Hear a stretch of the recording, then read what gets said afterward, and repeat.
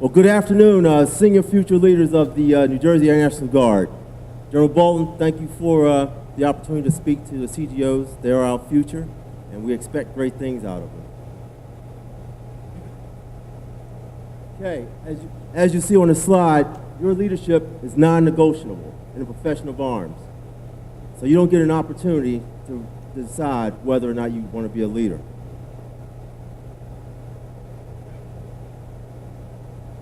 Okay, this mic thing. Today I would like to talk to you about our great Air Force and how we can do better by understanding the profession of arms. The non-commissioned officer, which we consider the backbone of the armed forces, and some of the enlisted force challenges / opportunities as we move forward in our careers. General Mark Dempsey, chairman of the Joint Chiefs of Staff, did a paper on profession of arms and what it means to be part of that. He listed several key elements. One being values, the military profession, trust, leadership as the foundation, mission command, and jointness, strength, and diversity. This slide depicts the elements identified. Values. I'm not going to read this to you. It's pretty much self-explanatory. But in addition, as shared values, our calling cards are duty, honor, courage, integrity, and selfless service. The military profession. General Douglas MacArthur once quoted, "Yours is the profession of arms, the will to win, the sure knowledge that in war there is no substitute for victory, that if you lose, the nation will be destroyed, that the very obsession of your public service must be duty, honor, and country." Further, our profession is distinguished from others in society because of our experience in the justified application of lethal force and willingness of those who serve to die for our nation. Trust. This goes both internal and external. Internal trust is integral to the chain of command. External trust is with those we serve and leaders in government and the American people. Ultimately, trust is earned, not given, through words and deeds. Trust is inherent in the strength of our collective character. Leadership, General Bolton touched on it earlier today. It is very, very important that you bring your leadership to the fight. Here's another quote from General Colin Powell. I find this one very interesting. "Being responsible sometimes means pissing people off. Good leadership involves responsibility to the welfare of the group, which means that some people will get angry at your actions and decisions. It's inevitable if you're honorable."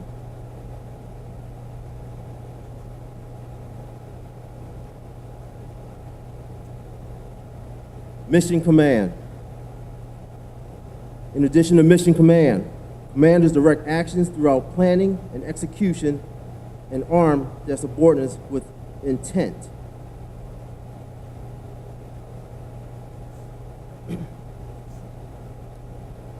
General Dempsey's quote, "We must renew our commitment to the profession of arms. We're not a profession simply because we say we're a profession. We must continue to learn, to understand, and to promote the knowledge, skills, and attributes and behaviors that define us as a profession."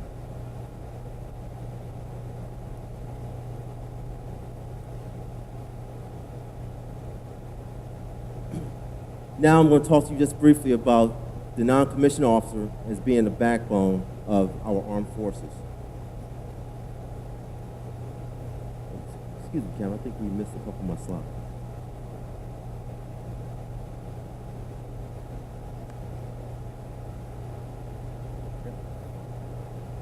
Yep.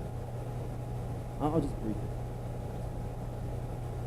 Lastly, jointness. Jointness is derived from the integration of service cultures and competencies and requires teamwork amongst all services.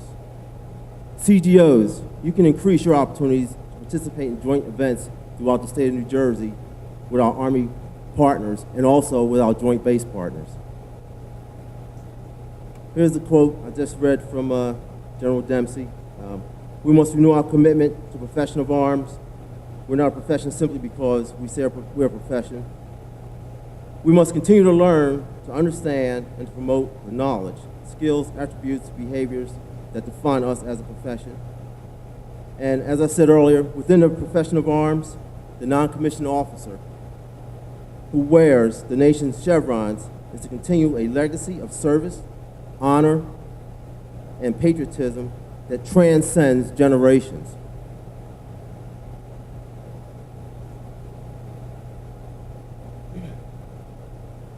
I'm not going to read this slide to you. You can take a few minutes to read that.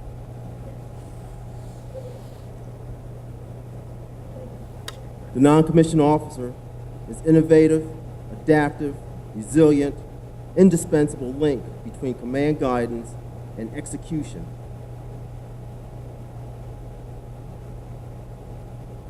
NCOs are the bridging leaders within every service branch. I want to take this opportunity to plug, if you're not leveraging your NCOs in your organizations, you're not going to be successful.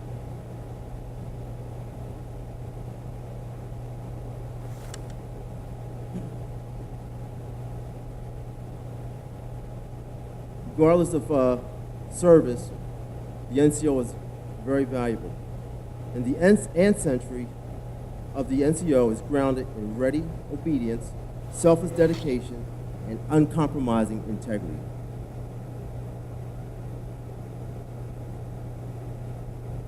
NCOs are the commander's treasure.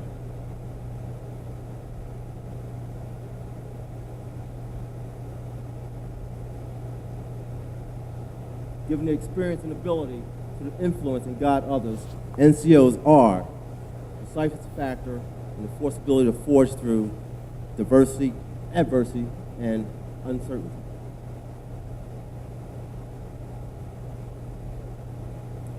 I touched earlier about some of the challenges our enlisted force are going to face going forward in their careers.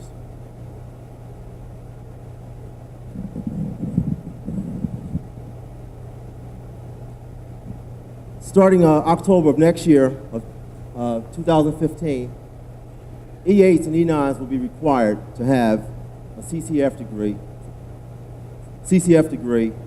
in order to get promoted.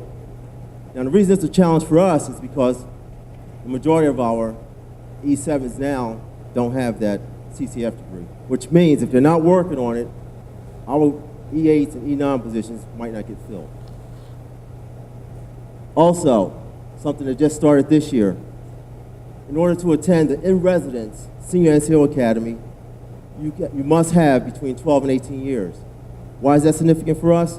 Well, for example, most of our guardsmen are over 18 years of service. So this year required for me to actually present a waiver for that them to attend. Enlisted performance reports for traditional guardsmen. Well, it's here. That's a challenge because most of our traditional guardsmen don't know how to write an EPR. But I'm sure the FSSs are ahead of that, and there's enough tools out there to get them spun up on how to write an EPR. Enlisted grades review. How many of you know what that is? Wow. I was expecting a lot more folks knowing that because that impacts the NCO Corps tremendously. A few years ago, we had an enlisted grades review, and they chopped out a lot of Chief Master Sergeant billets, a lot of Senior Master Sergeant billets. Some senior billets went down to Staff Sergeant billets. It's one that's ongoing right now, and the results of that should come out to the field in 2015. They kind of keep that kind of behind the curtain. They don't give us an opportunity to take a peek at it. And when it does come out, it'll go to the tags directly, and that'll be our first opportunity to kind of weigh in on it. Here's the big one, and this is where I need your help. First off, our enlisted folks will do whatever you tell them to do. Fitness failures. We cannot allow our experienced enlisted members continue to not pass the fitness test, and then we have no other option but to put them out. We are losing our experienced core of enlisted personnel that, for one, takes years for us to regain. And two, these are the guys who are out there fixing these jets that are over 50 years old.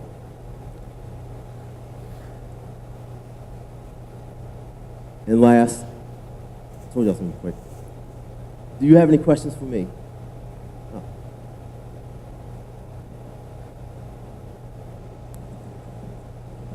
Good afternoon, Captain Gill. Question with you with respect to the retainment of the senior enlisted. A lot of the senior enlisted is a lot older, and the PT failures are increasing. So what are we doing? How are we going to maintain that knowledge as these members are going to be forced in an exit-out strategy, and we're going to lose that knowledge? And what are we doing to gap that? Great question.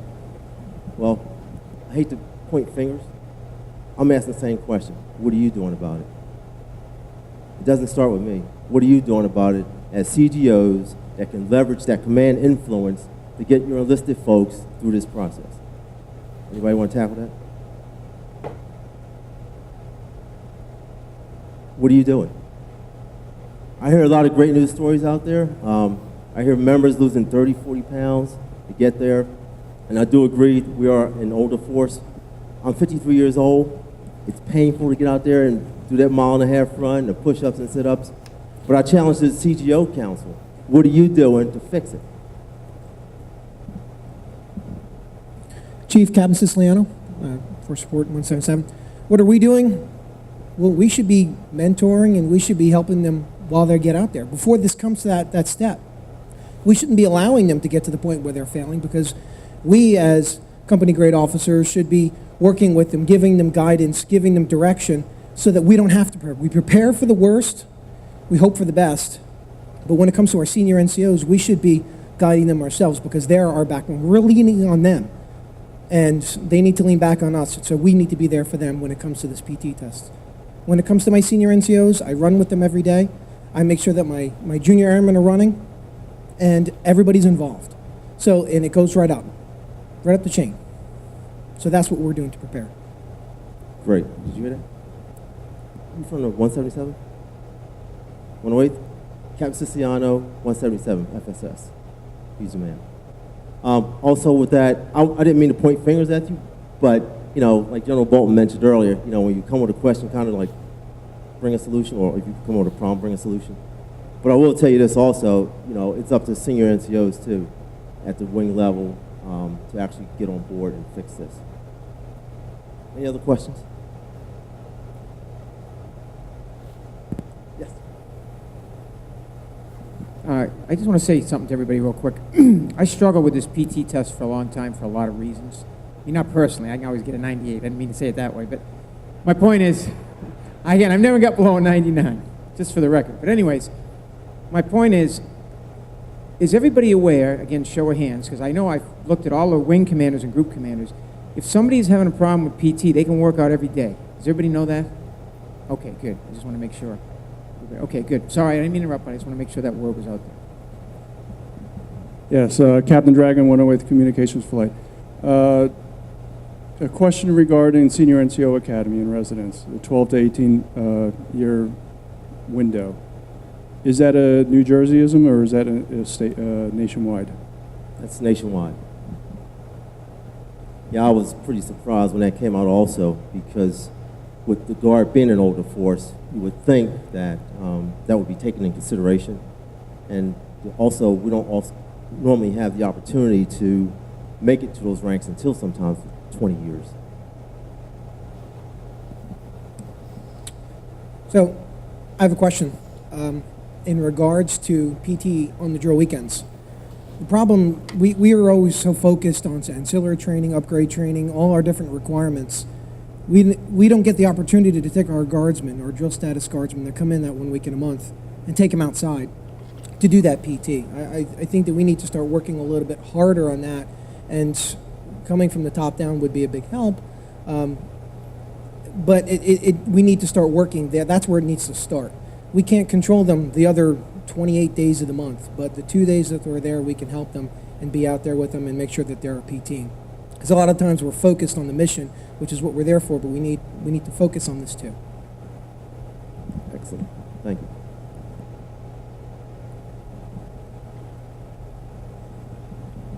I just have a follow-on.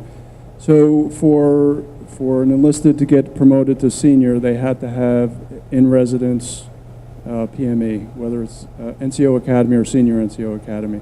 What are we going to do for the individuals that are over 18 years, haven't had in-residence NCO Academy? Where are we at with that? It's a great question, sir. As a matter of fact, I've been talking to the two wing command chiefs, and at some point in the near future, we're going to try to get on General Bolton's calendar and actually bring that to his attention and see what will be the workaround for that. If you don't understand what he just said, in order to get promoted to E8 or E9, you need an in-residence course, whether it's the NCOA or the Senior NCOA. That's a New Jerseyism. So that's something that we're going to bring to General Bolton, and maybe we can get some kind of relief built in.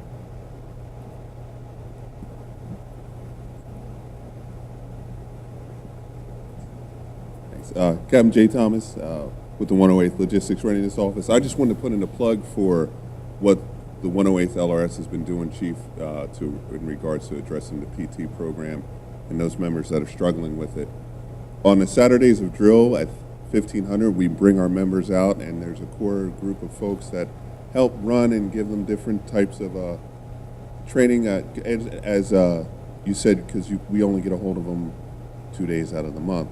So that we've found has actually been improving. So I just wanted to say that's one thing that each and every squadron can look forward to.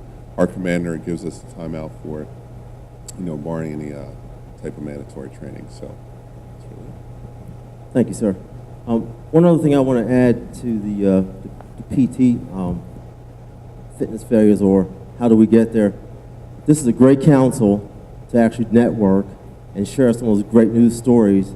Like we just got one today from Captain Siciliano and Captain Gill from the 108th. There you go, ma'am. Give them a call, and I'm sure he'll give you some great ideas. And then Captain Thomas from the 108th.